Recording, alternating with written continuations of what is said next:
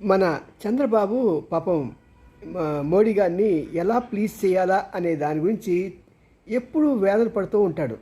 కారణం ఏంటంటే మోడీ గారు ఇతన్ని అసలు నమ్మరు. ఎందుకంటే ఇతని దగ్గర ఒక స్థిరత్వం లేదు అనేది అతని నరాల్లో జీర్ణించిపోయిన విషయం. ప్రత్యేకంగా ఆపద సమయంలో ఇతను పక్కకు వెళ్ళిపోతాడు. ఎలాగైనా సరే తనకి అధికారం చిక్కించుకోవాలని, లేకుంటే అవకాశాన్ని సద్వినియోగపరచుకోవాలని ప్రయత్నం చేసే స్వార్థపరుడు అని ఒక గట్టి అభిప్రాయం ఉంది. ఇతనికన్నా కూడా జగన్ అతను నమ్మటం మంచిది అనేది మన మోడీ గారి మనసులో ప్రగాఢమైన విషయం. కేవలం మోడీకే కాదు, బీజేపీ పార్టీలో హైయర్ అథారిటీస్ అందరూ కూడా అదే నమ్ముతున్నారు. దానివల్ల ఏమవుతుందంటే పాపం ఈయన ఆంజనేయ స్వామి తన మనసులో ఎప్పుడూ రాముడే ఉంటాడు అనే సంగతి తెలియటానికి గుండెలు చీల్చుకొని నా గుండె చూడు అన్నట్టుగా మోడీ గారు కూడా నా హృదయంలో ఎప్పుడు మీరే ఉంటారు, నా హృదయాన్ని చూడండి అంటూ ఆయనకి ఇష్టమైన పనులన్నీ చేస్తూ ఉంటాడు. చేసినా సరే ఆయన మర్చిపోలేని విషయం ఏంటంటే పాపం ఆయన ఎంతో అభిమానించే అమిత్ షా తిరుపతి వస్తే రాళ్ళ పెట్టి కొట్టించారే, ఆ విషయాన్ని కూడా మర్చిపోలేడు. మరి అలాగ ప్రతి విషయంలో కూడా అతను మరి అంటే చాలా నిర్లజ్జగా వ్యవహరించున్నాడు చంద్రబాబు. ఈ విషయాలన్నింటినీ కూడా ఆయన మనసులో ఉంచుకుంటూనే ఉన్నాడు.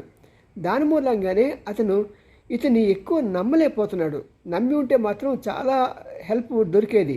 మరి జగన్కి ఎంత గొప్ప హెల్ప్ దొరికిందండి. మరి అలాంటి కేసులు ఉన్నప్పుడు కోర్టుకే వెళ్లకుండా చక్కగా 5 సంవత్సరాలు కూర్చున్నాడు ఇంట్లో. ఇప్పటికీ ఆ కేసు ముందుకు రావట్లే కదా. అక్కడ ఎవరైనా జడ్జి ఎవరైనా సరే ఉండి అతని గురించి సీరియస్గా వార్నింగ్ చేస్తే అతను వెంటనే ట్రాన్స్ఫర్ అయిపోతున్నాడు కదా, రిటైర్ అయిపోతున్నాడు కదా. మరి ఇన్ని మేర్బానీ పనులు చేసే మోడీకి ఇతనికి ఎన్ని చేసినా సరే ఈ రోజున అతను 1 కోటి మందితో ఆసనాలు వేయించినా, యోగా చేయించినా సరే అది ఉత్తనే తన సాటిస్ఫాక్షన్ అన్నమాట. ఆహా, నేను మోడీ గారు మెప్పు పొందేశానని. మోడీ గారు, అమిత్ షా గారు ఇద్దరు కూడా ఏది బయటికి పడినవరు, అంటే బయట పడకుండా వాళ్ళ మనసులో ఉంచుకొని వేయవలసిన రాజకీయ ఎత్తుగడలు చేస్తూనే ఉంటారు. కాబట్టి చంద్రబాబు తన లిమిట్లో తను ఉంటూ ఏదో ప్లీజ్ చేస్తామనే కాదు. ఎందుకంటే అతను మారడు, అతని అభిప్రాయం మారదు. ఇంకా ఎటొచ్చంటే తను సిన్సియర్గా ఉండి తనకు కావాల్సిన వాటిని పనిచేసి సరిపోతుంది. ఈ రోజున ఈ యొక్క దీనికోసం ఇన్ని లక్షల రూపాయలు, ఇన్ని కోట్ల రూపాయలు ఖర్చు పెట్టాల్సిన అవసరం ఏముందండి అంటే అడుగుతున్నమాట. ఇది ఓకే, దాని గురించి చెప్పచ్చు కాక, యోగా అందరికీ కావాల్సిందే. కానీ ఖర్చు లేకుండా చేయగల శక్తి ఉంది కదా, మనకి అవకాశాలు ఉన్నాయి కదా. మరి ఏమో చూద్దాం.